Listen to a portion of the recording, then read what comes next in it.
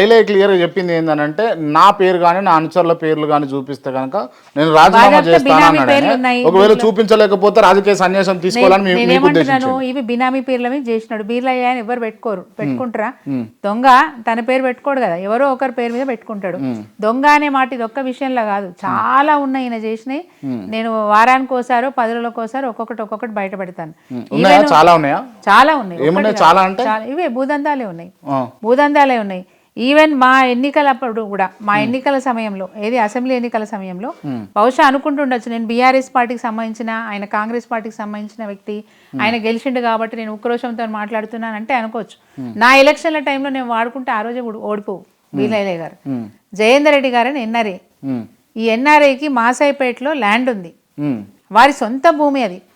ఆయన ఎన్ఆర్ఐ కదా, ఇక్కడ ఉంటలేడు కదా, చూసుకుంటలేడు కదా అని చెప్పేసి ఆ భూమిని కబ్జా పెట్టి డబుల్ రిజిస్ట్రేషన్ చేసి అమ్మేసిండు. వాస్తవాలు. నేను డాక్యుమెంట్స్తో మళ్ళీ మీ ముందుకు రమ్మంటే వస్తా, బాజాబ్తా డాక్యుమెంట్స్తో. ఎందుకంటే నాకు ఎందుకు ఇది బాగా గుర్తుందంటే జయేందర్ రెడ్డి గారు స్వయంగా మమ్మల్ని వచ్చి అప్రోచ్ అయ్యిండ్రు. ఎన్నికల కంటే ఒక 2 నెలల 3 నెలల ముందు వచ్చి అప్రోచ్ అయ్యిండ్రు.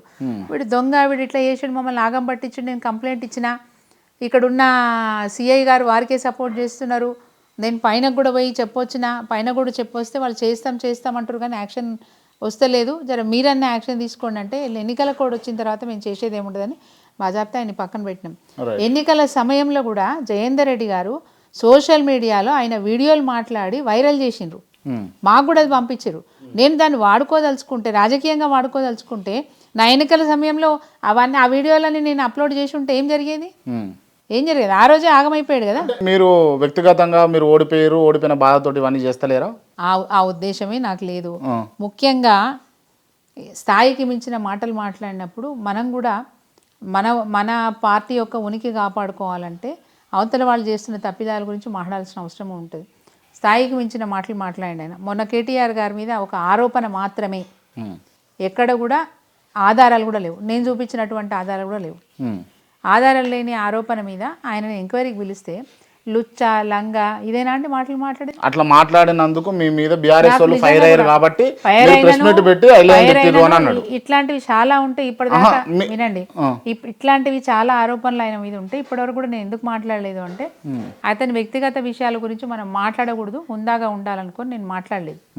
కానీ ఎప్పుడైతే ఈయన స్థాయికి మించిన మాటలు మాట్లాడి ఈయన చేసే అక్రమాలన్నిటి ఎవరికీ తెలియదు అనుకొని గురుగింజలాగా మాట్లాడుతున్నప్పుడు మరి తప్పకుండా మేము మాట్లాడాల్సిన అవసరం ఉంటుంది.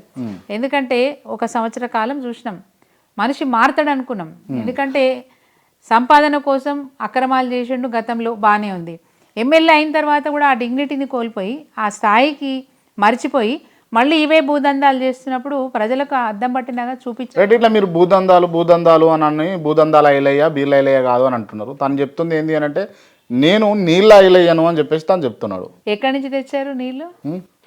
నీళ్ళు అయితే తెస్తున్నాడు కదా మేడం. బాజాబ్తా రిజర్వాయర్లు కట్టించింది కేసీఆర్ గారే, కాలువలు తవ్వించింది కేసీఆర్ గారే, మిషన్ కాకతీయ ద్వారా చెరువులు బాగు చేయించింది కేసీఆర్ గారే. నేను ఎమ్మెల్యేగా ఉన్నప్పుడు ఒక చెరువు నిండి చెరువు అలుగు వారితే కింది చెరువులకు నీళ్లు పోవడానికి కావాల్సిన చిన్న కాలువలు, పిల్ల కాలువలు కూడా బాజాబ్తా చేయించింది నేను ఎమ్మెల్యేగా ఉన్నప్పుడు జరిగిన పనులే. మరి ఇప్పుడు కొత్తగా వచ్చి వాళ్ళు చేసింది ఏమున్నది? ఏం చేస్తున్నారు? గండి కొట్టి, అంటే ఒక చెరువు వచ్చే కాలువను గండి కొట్టి ఇంకో చెరువులకు తీసుకుపోయి నేను నీళ్ళు తెచ్చిన అని చెప్తా ఉన్నారు. నీళ్ళు ఎక్కడి నుంచి పుట్టించినారు మీరు? నీళ్ళు ఎక్కడి నుంచి పుట్టించినారు? కేసీఆర్ గారు కట్టించిన రిజర్వాయర్ల నుంచే కదా నీళ్ళు వచ్చినాయి, కొత్తగా నేనేదో పుట్టించిన అని చెప్తారు.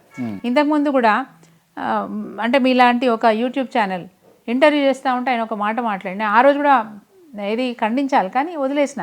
ఈయనకు తెలియలేని మాటలు మాట్లాడుతున్నప్పుడు నేను కూడా అంత దిగజారిపోవద్దనే ఉద్దేశంతో ఊరుకున్నాను.